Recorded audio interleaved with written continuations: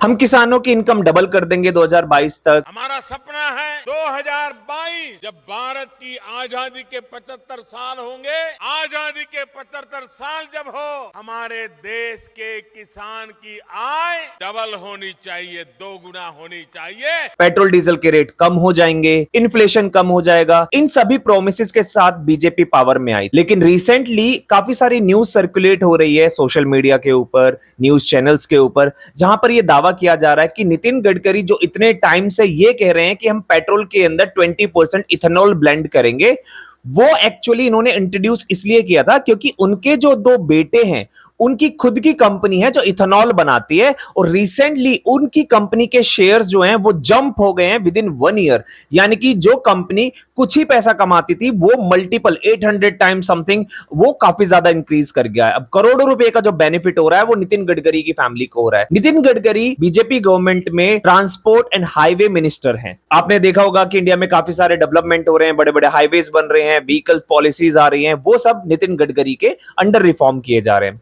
अब मैं आपको यहां पर एक बहुत ही इंटरेस्टिंग चीजें एक्सप्लेन करने वाला हूं कि किस तरीके से ये जो इथेनॉल है, इथेनॉल की वजह से फार्मर की इनकम डबल हो सकती है, पहली चीज। दूसरी, इकोनॉमी के अंदर इन्फ्लेशन कम हो सकता है। तीसरा, इंडियन इकोनॉमी जल्द से जल्द 5 ट्रिलियन इकोनॉमी बन सकती है, और आने वाले टाइम में सेकंड, और मे बी ऐसा हो सके कि आउट ऑफ द ब्लू जाके मैं बात कर रहा हूं कि चाइना को भी पीछे छोड़ दे, लेकिन ये तो अभी पॉसिबल नहीं है। लेकिन हाँ, सेकंड पोजीशन पे आ सकता है India in terms of GDP. पर ये सब पॉसिबल कैसे होगा, इसके लिए वीडियो को एंड तक देखिएगा। मेरा नाम है मनीष चौधरी, मैं आपको बहुत सारी चीजें डिटेल में एक्सप्लेन करने वाला हूं, तो आपको समझ में आ जाएगी। देखिए क्या होता है कि हमारी जो इकोनॉमी है वो 3 सेक्टर में डिवाइड है, प्राइमरी सेक्टर, सेकेंडरी सेक्टर और टर्सरी सेक्टर। प्राइमरी सेक्टर में वो लोग आते हैं जो ज्यादातर किसान लोग हैं, फार्मर्स। सेकेंडरी में आता है मैन्युफैक्चरिंग, यानी कि वो सेक्टर जो प्राइमरी सेक्टर का यूज करके कोई भी प्रोडक्ट बनाता है। और टर्सरी में आता है सर्विस सेक्टर, जैसे सॉफ्टवेयर हो गया, आपका रेस्टोरेंट हो गया, टूरिज्म हो गया, ये सब हमारा टर्सरी में आता है। जीडीपी में जब कंट्रीब्यूशन की बात करें तो जीडीपी में सबसे ज्यादा कंट्रीब्यूशन टर्सरी सेक्टर करता है,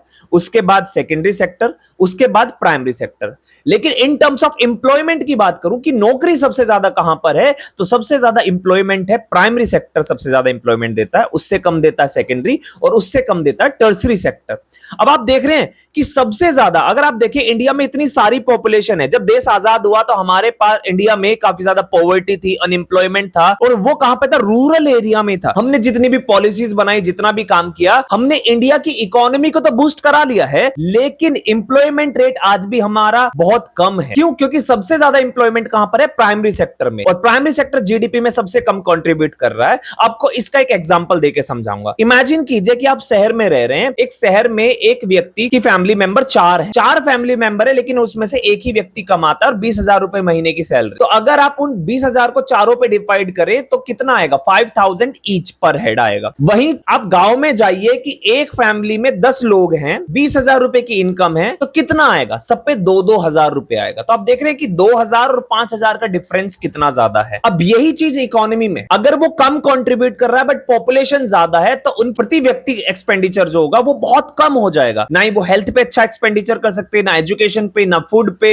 ना लाइफस्टाइल पे, वो किसी चीज पे एक्सपेंडिचर नहीं कर पाएंगे। लेकिन वहीं शहर की बात करें तो वो थोड़ा सा बेटर कर सकते। तो ये जो इकोनॉमी है, इकोनॉमी में कैसे इथेनॉल एक टर्निंग पॉइंट हो सकता है, इसको मैं समझाता हूं। अगर आप देखिए प्राइमरी सेक्टर में सुगर केन, आप क्या है, प्राइमरी सेक्टर में किसान सुगर केन बना रहे हैं, वो कहां पे जाता है, गन्ना जिसे हम कहते हैं, खासकर वेस्टर्न यूपी में आपको मिलेगा, यूपी को सुगर बाउल ऑफ इंडिया भी कहा जाता है। तो आप देखेंगे गन्ना कहां पे जाएगा, चीनी मिल में, उससे चीनी बनेगी। बट चीनी मिल क्या करते हैं, पेमेंट डिले कर देते हैं। समझो इसको कैसे, एक किसान ने एक साल में 1 लाख रुपए का गन्ना चीनी मिल को दिया, जिसमें से उसको प्रॉफिट जो है वो 20,000 का प्रॉफिट है, 80,000 की लागत। अब जब चीनी मिल उसको पैसा वापस करेगा तो वो 80,000 की जो लागत लगी है वो वापस से उसको हित में लगाएगा, 20,000 का जो प्रॉफिट है उससे अपना खाना खर्चा, बच्चों की एजुकेशन, कपड़े, उनके जो फंक्शंस हैं वो सब उसमें एक्सपेंडिचर करेगा। लेकिन चीनी मिल क्या काम करते हैं, वहां पर उन किसानों की पेमेंट्स को डिले कर देते हैं। अब जब चीनी मिल पेमेंट को डिले करेंगे तो वो जो किसान है, वो किसान क्या काम करेगा, लोकल जो भी व्यक्ति होगा उससे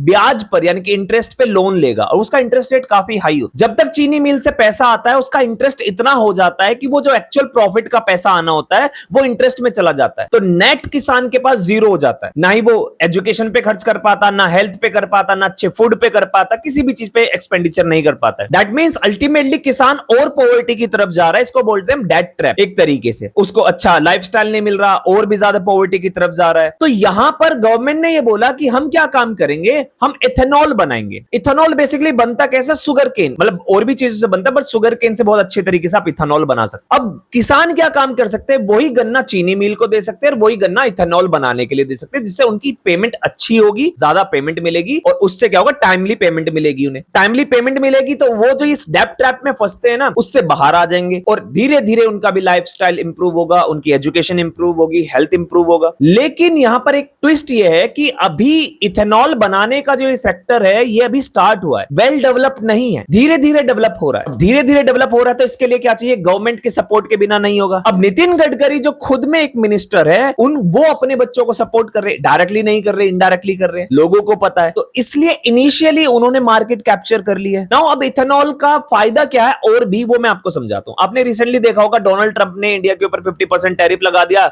उन्होंने बोला कि आप जो है रशिया से आप ऑयल नहीं खरीद सकते। अब आप समझिए, ऑयल जो है, क्रूड ऑयल जो है, वो इंडिया में नहीं बनता, हम बाहर से इंपोर्ट करते हैं अपनी नीड्स को लेकर। अगर हम बाहर से इंपोर्ट कर रहे हैं, अगर क्रूड ऑयल महंगा होगा, समझिए अगर क्रूड ऑयल महंगा होगा तो इंडिया का क्या होगा, इंडिया का बैलेंस ऑफ पेमेंट डिफिसिट में आएगा। ज्यादा जितना ज्यादा करेंगे उतना ज्यादा डिफिसिट में आएगा। डिफिसिट में आएगा वो मैं आपको आगे बताऊंगा उसका सिनेरियो। अगर कच्चा तेल महंगा है तो पेट्रोल डीजल महंगा होगा। पेट्रोल डीजल महंगा है तो आपका क्या होगा, ट्रांसपोर्टेशन कॉस्ट बढ़ेगी। ट्रांसपोर्टेशन कॉस्ट बढ़ेगी तो आपका प्रोडक्ट का कॉस्ट बढ़ेगा। प्रोडक्ट का कॉस्ट बढ़ेगा तो आपका क्या होगा, ओवरऑल इन्फ्लेशन होगा। कोई भी प्रोडक्ट, मान लीजिए आप टमाटर आज 10 रुपए किलो खरीद रहे हैं, ट्रांसपोर्टेशन कॉस्ट बढ़ गया, वो 20 रुपए किलो हो गया। तो आपके पॉकेट में, आपके बैंक में जो सेविंग होती थी, जो आप दूसरी चीजों में यूज कर सकते हैं अपने इन्वेस्टमेंट के लिए, प्रॉपर्टी को बढ़ाने के लिए, अपने हेल्थ में, न्यूट्रिशन में, अब क्या होगा, वो बचेगी नहीं आपके पास। क्योंकि आपको या तो क्वांटिटी कम करनी पड़ेगी, जहां पर आपका काम 1 किलो टमाटर से चल जाता था, आपको आधा किलो करना पड़ेगा, अगेन आपको लिमिटेशन करनी पड़ेगी, या फिर आपको ज्यादा पैसा देना पड़ेगा तो आपके पास सेविंग नहीं बचेगी। तो ये हमारे लिए बहुत इंपॉर्टेंट है। दूसरी चीज, जब आप बाहर की चीजों पर डिपेंडेंट हो जाते हैं तो इकोनॉमी के लिए बहुत खतरा हो जाता है। क्यों? क्योंकि अगर जैसे ही रेट बढ़ेगा, अगर सप्लाई बंद हो गई तो क्या होगा, इकोनॉमी ठप, बंद, खत्म, नौकरियां चली जाएगी, महंगाई इतनी बढ़ जाएगी कि बर्दाश्त से बाहर हो जाएगा। क्यों? क्योंकि हम बाहर से लेके आ रहे हैं और वो डिपेंड करता है कि वो देना चाहे या ना देना चाहे। अगर देंगे तो किस रेट में देंगे। इसी वजह से हमें रशिया के साथ अपने अलायंस स्ट्रॉन्ग करने ज्यादा जरूरी है कंपेयर टू यूएस से। अब यहां पर आपको समझना पड़ेगा, अगर ये सब चीजें हो रही है तो बैलेंस ऑफ पेमेंट पे भी इंपैक्ट आएगा। बैलेंस ऑफ पेमेंट बेसिकली क्या होता है कि बैलेंस ऑफ पेमेंट होता है कि आपने कोई भी सामान इंडिया में मंगाया या इंडिया से बाहर भेजा, उसका जो भी अमाउंट आता है। एक एग्जांपल लीजिए कि आपके पास एक गुल्लक है, आपने गुल्लक में 10 रुपए डाले और 8 रुपए निकाल लिए, तो आपके पास अभी भी गुल्लक में कितने रुपए हैं, 2 रुपए।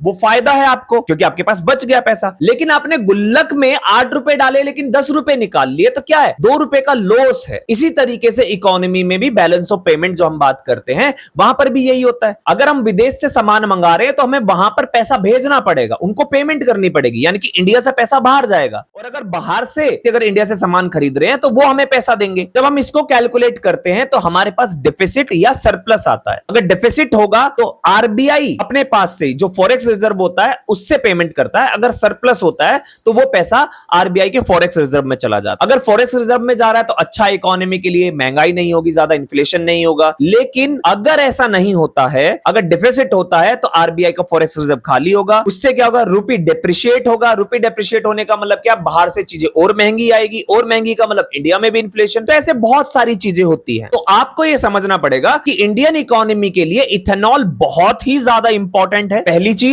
क्यों? क्योंकि उससे हम डिपेंडेंसी खत्म कर सकते हैं विदेशी चीजों पे, कि भाई हम बाहर से अगर जो तेल मंगा रहे हैं वो अब कम मंगाना पड़ेगा, पहला। दूसरी चीज कि इससे क्या है, पेट्रोल डीजल के रेट कम हो सकते हैं, लेकिन अभी कम नहीं होंगे। क्योंकि अभी इसलिए कम नहीं होंगे क्योंकि इतनी ज्यादा प्रोडक्शन नहीं है इंडिया के अंदर, इतना ज्यादा यूनिट्स नहीं लगे हुए हैं। क्यों? क्योंकि बिना गवर्नमेंट के सपोर्ट के नहीं कोई भी ये इस चीज को डेवलप कर सकता। उसके लिए गवर्नमेंट का सपोर्ट जरूरी है। और गवर्नमेंट ज्यादातर किसको सपोर्ट कर रही है, जिनको वो जानते हैं, वो ऑलरेडी। जैसे आप देख लीजिए नितिन गडकरी ने अपने बेटों को सपोर्ट किया हुआ है। तीसरी चीज, अगर हम एथेनॉल बना रहे हैं शुगर केन से, इंडिया के फार्मर्स से हम परचेज कर रहे हैं, तो हम फार्मर्स की इनकम को इंक्रीज कर सकते हैं। और अगर फार्मर की इनकम इंक्रीज होगी तो उनका लाइफस्टाइल बेटर होगा, हेल्थ बेटर होगी, एजुकेशन बेटर होगा। आपके क्या पॉइंट ऑफ व्यू है मुझे कमेंट बॉक्स में जरूर बताइएगा। हम इन सारी चीजों को और भी अच्छे से डिस्कस करेंगे। मैं ये वीडियो आपको सिर्फ एक जनरल अंडरस्टैंडिंग के लिए एक्सप्लेन करने के लिए बना रहा हूं। हम कमेंट में बहुत ही अच्छे से डिस्कस करेंगे। आपके जो भी डाउट होंगे, मुझे जितना पता है मैं आपको एक्सप्लेन करूंगा। तो आप चैनल को सब्सक्राइब कर लीजिए, वीडियो अच्छी लगी वीडियो को लाइक कर लीजिए, कि ऐसी ही वीडियोस मैं लेके आता रहूंगा जहां पे हम